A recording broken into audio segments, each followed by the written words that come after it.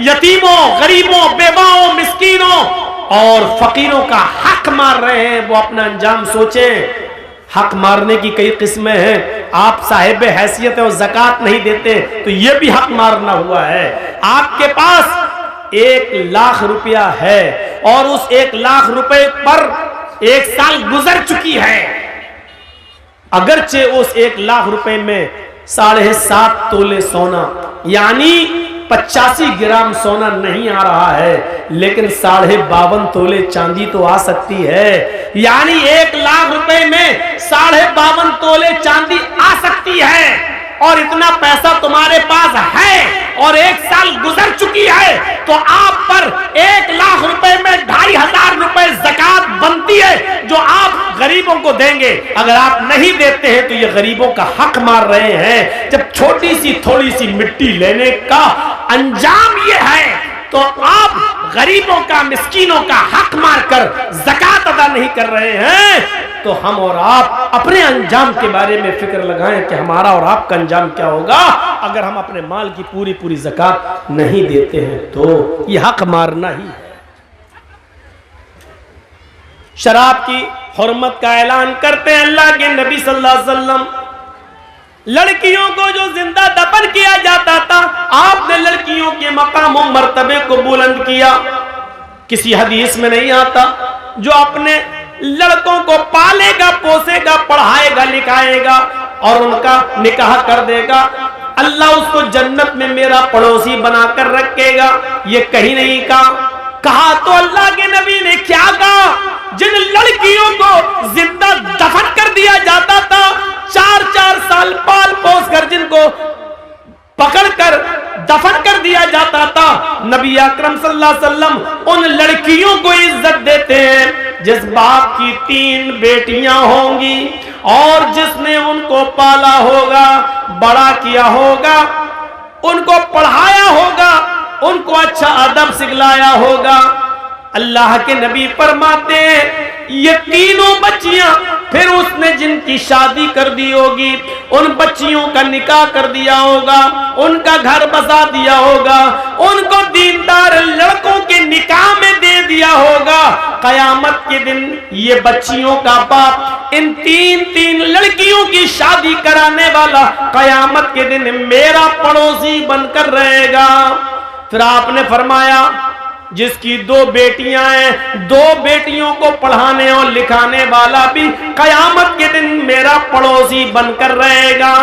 फिर एक सहाबिया उठी, रोती हुई कहने लगी, अल्लाह के नबी मेरे पास तो 3 बेटियां नहीं है, 2 भी नहीं है, मेरे पास तो 1 ही है। अल्लाह के नबी फरमाते हैं 1 बेटी को ही पढ़ा लिखा, अच्छा अदब सिखला, उसकी शादी किसी दीनदार लड़के के साथ बालिग हो जाने के बाद कर दे, वो 1 बच्ची की परवरिश करने वाला भी कयामत के दिन मेरा पड़ोसी बनकर रहेगा। मेरे भाइयों, जन्नत की बशारत लड़कियों की परवरिश पर अल्लाह के नबी सल्लल्लाहु अलैहि वसल्लम दे रहे हैं। यहां हम अंदाजा लगाएं कि अल्लाह इस्लाम ने लड़कियों को क्या इज्जत दी है, क्या इज्जत। एक इज्जत और देख लो, शादी के मौके पर हम और आप जाते हैं बाराती बनकर, 300-400 आदमियों की बारात लेकर, लड़का भी जाता है, लेकिन निकाह सबसे पहले किसका होता है? लड़की का। लड़की की इजाजत के बिना, लड़की के सिग्नेचर के बिना लड़के का निकाह नहीं हो सकता है। जिन लोगों की शादियां हुई हैं उन सबको मालूम होगा, जिनकी शादियां हुई जाती ना, आपके यहां बारात जाती है कि नहीं जाती है? आजकल कहना पड़ रहा बारात, वरना हकीकत यह है कि इनको कहना चाहिए चोर और डाकू जो बारातों में जाते हैं।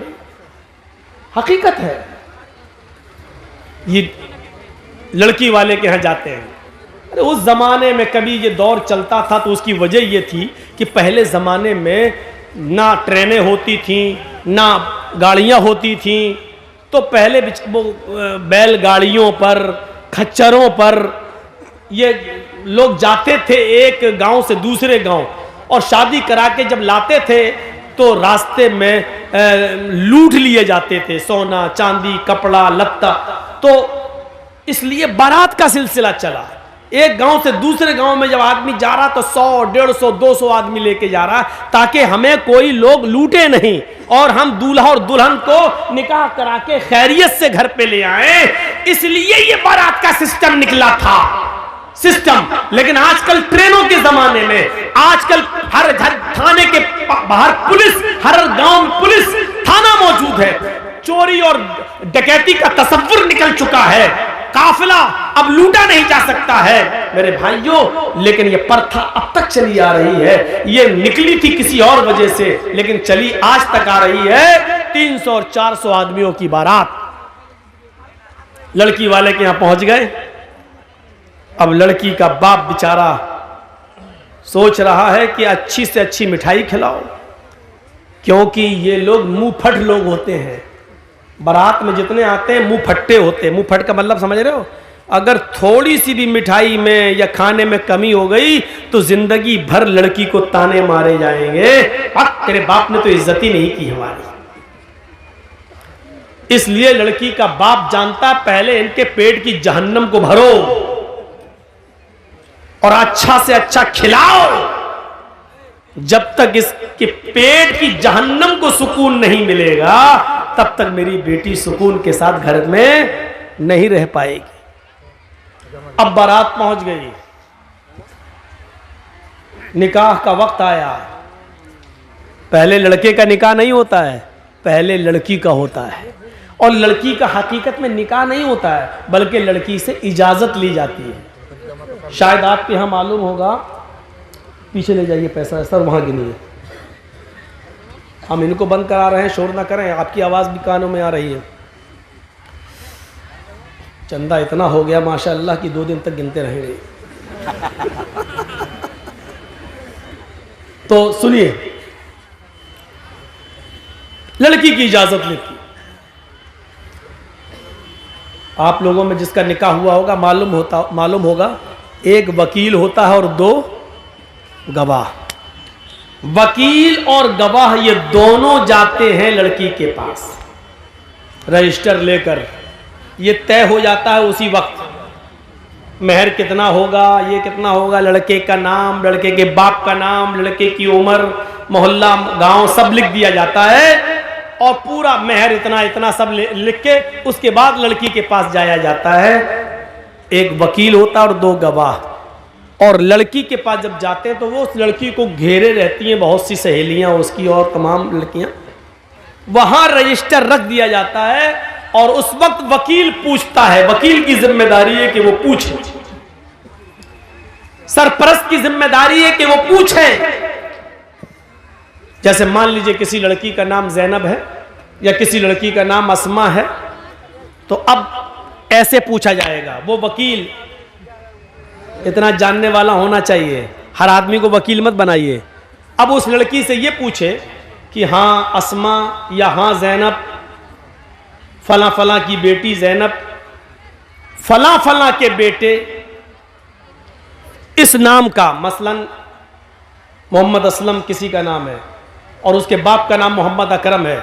हाँ मोहम्मद असलम साहब सनौफ मोहम्मद अकरम या अकरम साहब के बेटे मोहम्मद असलम के साथ आपका निकाह इतने इतने रुपए महर के एवज, या इतना सोना या इतनी चांदी या इतना कपड़ा महर के एवज आपको उनके निकाह में दिया जा रहा है। क्या आप उस लड़के को निकाह में कबूल करती हैं? क्या वो लड़का आपको कबूल है? वकील जोर से पूछेगा, इतनी जोर से कि उस लड़की के कान में यह आवाज जाए। अब 2 तरीके हैं। एक चीज तो यह है कि लड़की बोल दे हाँ मुझे वो कबूल है, और अगर नहीं बोलती है, खामोश रहती है, तो वो भी काफी है। अल्लाह के नबी ने फरमाया इज़्नुहा सिमातुहा, उस लड़की की खामोशी ही उसकी इजाजत